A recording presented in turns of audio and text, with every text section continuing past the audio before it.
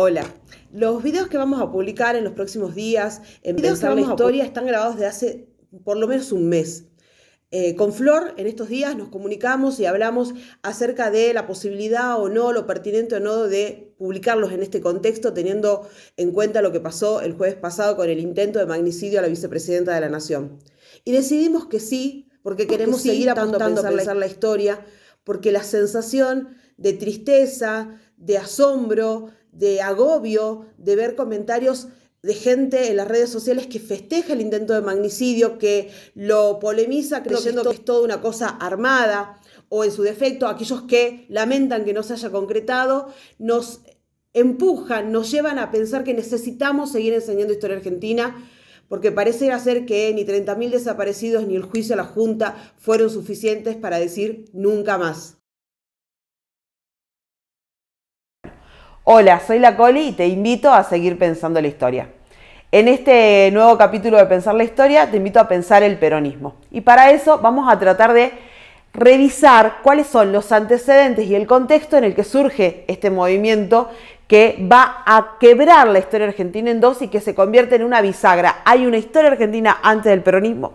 y una historia argentina después del peronismo. Siempre les comparto esta idea a mis estudiantes. Yo puedo ser más o menos peronista o incluso no ser peronista, pero no puedo desconocer que la aparición del peronismo quiebra la historia argentina en dos. Vamos a contextualizar y vamos a ir viendo qué pasaba antes del peronismo para que sea posible ese peronismo. Un punto de inflexión, una fecha que tenemos que tener en cuenta para empezar a pensar el peronismo es cuando se produce el primer golpe de Estado el 6 de septiembre de 1930. Ese año es un año bisagra en la historia universal, en la historia mundial, pero también va a ser un año muy puntual, muy importante en la historia argentina. Se produce el primer golpe de Estado en un contexto donde hay una crisis económica que se inició un año antes que el año 29, la famosa crisis mundial del capitalismo, que va a impactar directamente en la Argentina, que va a tener que ver también cómo se va a ir posicionando el mapa mundial en cuanto a lo que es la geopolítica y la economía. En ese contexto se produce el primer golpe de Estado en la Argentina. Pero también, y a la par de ese golpe de Estado, hay todo un movimiento social que tiene que ver que, como consecuencia de la crisis mundial económica, se producen migraciones internas. Hay una crisis que va a impactar directamente en el modelo agropecuario, agroexportador de la Argentina, por lo tanto se va a producir un movimiento migratorio desde el interior hacia los centros que se empiezan a desarrollar como industriales, que serían Rosario, Buenos Aires, Córdoba. Entonces los antiguos peones de campo van a migrar buscando mejores condiciones de vida y generando este movimiento social que va a ser uno de los antecedentes del peronismo. Este movimiento social de migraciones internas va a generar un impacto muy importante en la conformación social de la Argentina de 1930, acompañado por un golpe de Estado y por todo un movimiento de ideas que empiezan a echar raíces en este momento. Ese contexto social es el que de alguna manera va a darle sustento al surgimiento de este movimiento que es el peronismo, ya que van a ser estos antiguos peones que se convierten en trabajadores de la incipiente industrialización argentina quienes de alguna manera se conviertan en el sostén social, en el sostén humano de este movimiento del peronismo. Esas migraciones internas van a generar que se desdibuje el antiguo mapa social de la Argentina y se conforme un nuevo mapa. De alguna manera va a tomar más preponderancia el sector popular, el sector medio va a tener que reacomodarse y de alguna manera la oligarquía va a empezar a ver cómo su protagonismo que viene de tantísimos años empieza a mermar o de alguna manera empieza a estar como más arrinconado, si me permite la expresión, porque los otros sectores sociales empiezan a tomar protagonismo. En ese golpe de Estado de 1930 participa un Perón muy joven, no va a tener una participación relevante o determinante, pero podemos decir que ya la figura de Perón está participando, aunque sea en papeles más secundarios, en ese primer golpe de Estado. El golpe de Estado inicia una etapa que llamamos de década infame, una década que va a estar signada por la corrupción y por los negociados espurios con el imperialismo británico, además del fraude electoral. se restaura una vieja práctica, que era la práctica del fraude electoral, por eso se habla de restauración conservadora en esta década infame.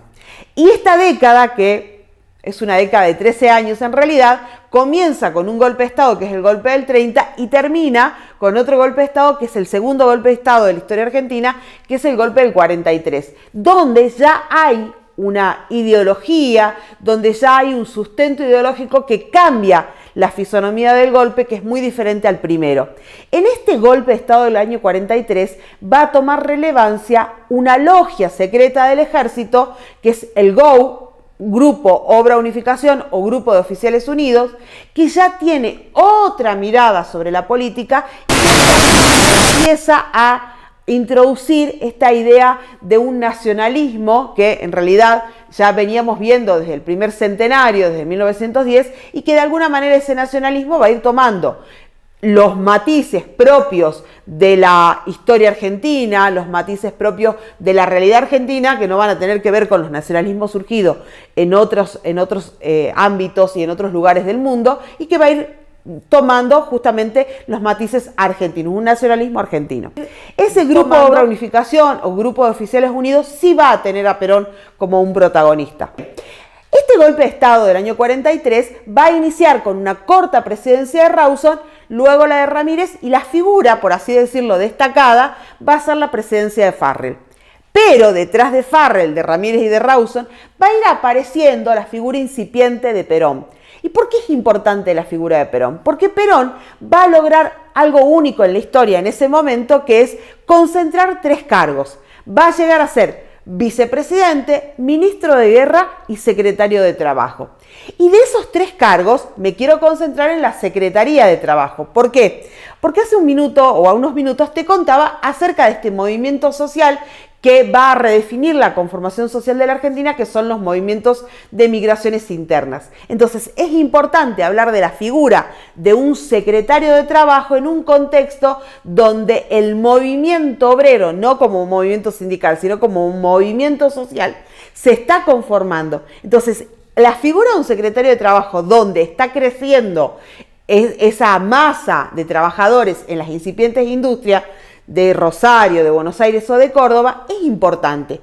porque va a ser de alguna manera el cargo que le dé más poder a Perón dentro de este gobierno de facto que se inicia justamente a partir de ese segundo golpe de Estado, Rawson, Ramírez y Farrell. Entonces, es importante que de estos cargos pongamos la lupa, miremos la figura de Perón como secretario de Trabajo. ¿Por qué? Porque empieza a crecer un movimiento sindical. De ese movimiento social surge un movimiento sindical, en un contexto donde es posible, porque hay más trabajadores, porque hay trabajadores que van a empezar a tomar conciencia a partir de las condiciones en las que se trabaja, porque ya no estamos hablando de peones de campo, sino que estamos hablando de trabajadores en las fábricas, trabajadores y trabajadoras. De hecho, hay una figura muy pictórica, muy representativa, que cita a Abelardo Ramos para hablar de Evita cuando habla a partir de la transformación fisonómica que van a vivir estas trabajadoras, que se van a vivir del campo a la ciudad, que se convierten primero en trabajadoras domésticas, dice Abelardo Ramos, y luego, porque alguien les cuenta, se convierten en obreras de la fábrica. Y con un poquito más de poder adquisitivo, tiñen su pelo de rubio, dice Abelardo Ramos, en una metáfora que claramente alude a Eva Perón y que me parecía importante compartirles. En ese contexto, la figura de Perón es muy importante y va a lograr crecer en poder y también en la legitimidad que le dan estos sectores populares, estos sectores trabajadores. Ese crecimiento en algún momento va a llamar la atención de los jefes militares, específicamente del presidente, de Farrell, ¿no? Y van a mirar con cierto recelo, con cierta desconfianza, cómo este militar se acerca a los sectores populares y los representa. Así que en un momento le van a pedir a Perón que renuncie, lo van a obligar, ¿no es cierto?, a renunciar a los 3 cargos, secretario de Trabajo, ministro de Guerra y vicepresidente, y lo van a llevar preso a un lugar que también es un lugar muy, muy significativo, muy importante para la historia argentina, que es la isla de Martín García. A esta altura, la figura de Perón era muy importante. En su vida personal tenemos que decir que ya era viudo, su primera esposa había fallecido, había tenido amores con otras mujeres, pero ya estaba muy comprometido y muy cercano a Eva Perón. Entonces, en ese momento de tomarlo preso, de obligarlo a renunciar, Perón se va a comunicar con Eva por medio de una carta y de hecho le va a presentar la posibilidad de que se retiren de la vida pública, que se retiren de la vida política y que se vayan a vivir tranquilos al sur, ¿no? Hay un momento de Perón donde ve que todo lo que había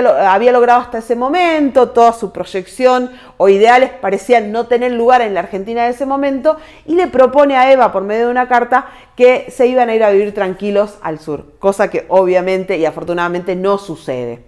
Bueno, en este movimiento, Perón siempre en contacto con los movimientos sindicales, con los diferentes sindicatos, con los diferentes jefes de sindicatos, como por ejemplo Espejo, va a lograr que se revierta esta situación de detención y se lo traiga desde Martín García de nuevo a la ciudad de Buenos Aires y se lo lleve al hospital militar. A ver, hay un argumento que tiene que ver con su salud, pero fundamentalmente eso es un movimiento político, es un movimiento de alianzas para poder estar, por así decirlo, en la arena política de ese momento que era la ciudad de Buenos Aires. Lo traen a Buenos Aires, Perón logra obviamente mover sus contactos, yo les hablaba recién de los jefes sindicales, y se va a lograr que después del 10 de octubre ese movimiento ya sea que no se lo pueda frenar, que no se lo pueda detener, no por Perón en sí mismo, sino por lo que representan todos estos nuevos protagonistas de la historia que son los sectores de trabajadores.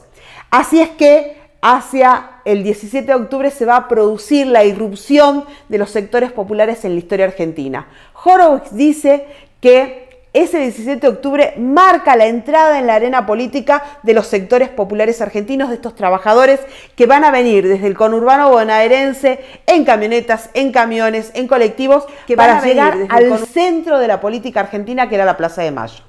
Personalmente yo digo que estos trabajadores rompen con la tradición que se había iniciado el 25 de mayo de 1810. Esa entrada de estos sectores populares a la Plaza de Mayo rompe con una tradición con 135 años de historia donde los protagonistas y quienes habían contado la historia eran los oligarcas. Esa plaza que era su terreno natural, que era su terreno propio, se ve irrumpido, se ve invadido por un grupo de gente que va a ser visto por estos oligarcas desde las ventanas de sus palacetes alrededor de la plaza con desprecio. Esta horda animal, esta